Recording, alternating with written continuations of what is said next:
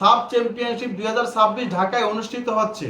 আর সেখানে সংকট দেখা দিয়েছে বাংলাদেশ দলে। লেস্টার সিটির হামজা চৌধুরী এবং ফুলহামের ফারহান আলী ওয়াহেদ হয়তোবা তারা এই সাপের আসর মিস করতে যাচ্ছে। তাহলে কি বাংলাদেশ বড় একটা ধাক্কা খাচ্ছে এবং কি তাদের যে দীর্ঘ 23 বছরের আক্ষেপ শিরোপার, সেই আক্ষেপ কি আক্ষেপই থেকে যাবে? যেই স্বপ্ন বুনেছিল বাংলাদেশ ফুটবল প্রেমীরা হামজা চৌধুরী এবং নবাগত ফারহান আলী ওয়াহেদকে নিয়ে, সেই স্বপ্ন কি স্বপ্নই থেকে যাবে? দেখা যাক কি হয় শেষ পর্যন্ত। কারণ ফিফার ওই উইন্ডোতে লেস্টার সিটি এবং ফুলহামের গুরুত্বপূর্ণ ম্যাচ রয়েছে।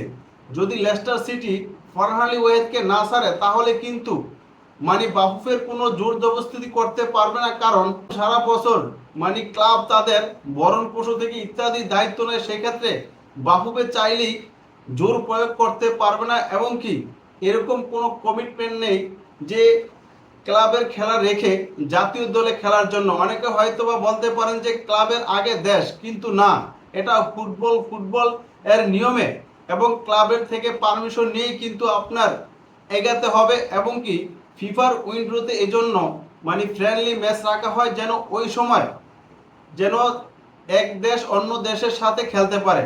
কিন্তু বাংলাদেশের নভেম্বরে যেই আসরটা অনুষ্ঠিত হচ্ছে সাব, সেই সময় ফুলহামের এবং লেস্টার সিটির গুরুত্বপূর্ণ ম্যাচ রয়েছে। তারা দুজনই কিন্তু গুরুত্বপূর্ণ দুই ক্লাবের জন্য। লেস্টার সিটির অন্যতম সেরা খেলা হচ্ছে হামজা চৌধুরী এবং ফুলহামের ফারহান আলী ওয়াহেদও কিন্তু সিনিয়র দলের খেলা শুরু করে দিয়েছে। তাই তারা কেউই চাইবে না যে তাদের এই সেরা দুই খেলোয়াড়কে ছেড়ে দিতে।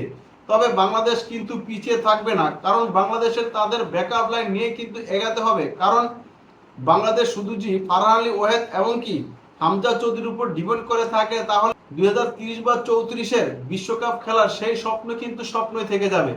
হয়তোবা দুই একটা ম্যাচ ফারহান আলী ওয়াহেদ খেলবে না, হয়তোবা হামজা চৌধুরী খেলবে না। যে মূল লক্ষ্য 2030 বিশ্বকাপ বা 2034 বিশ্বকাপের লক্ষ্য, সেই লক্ষ্য কিন্তু পূরণ হওয়ার অদূর সম্ভাবনা দেখতেছি। তবে থমাস ডুলির টেকনিকে পরিবর্তন আসবে, কারণ মিডফিল্ডার হামজা চৌধুরীকে না পেলে সেখানে তার বিকল্প খেলোয়াড়কে নিয়ে ভাবতে হবে। এবং কি উইঙ্গার পজিশনে বাংলাদেশের যে ঘাটতি রয়েছে, সেই ঘাটতি পূরণের অপার সম্ভাবনা দেখছিলেন ভক্ত থেকে কোচার এবং কি ম্যানেজমেন্ট সবাই কিন্তু ফারহান আলী ওয়াহেদকে নিয়ে অতি বেশি আগ্রহীত এবং আশা রাখছিল। কিন্তু সেই আশা এখনো কিন্তু শেষ হয়ে যায়নি। এখনো কিন্তু আরো 2 মাস সময় রয়েছে। সেই 2 মাসের মধ্যে অন্ততপক্ষে ক্লাব এবং বাফুফের মধ্যে একটা সমঝোতা আসতে পারে। দেখা যাক শেষ পর্যন্ত কি হয়। ফুটবল প্রেমীদেরকে বলতেছি, এখনো নিরাশ হওয়ার কিছু নেই।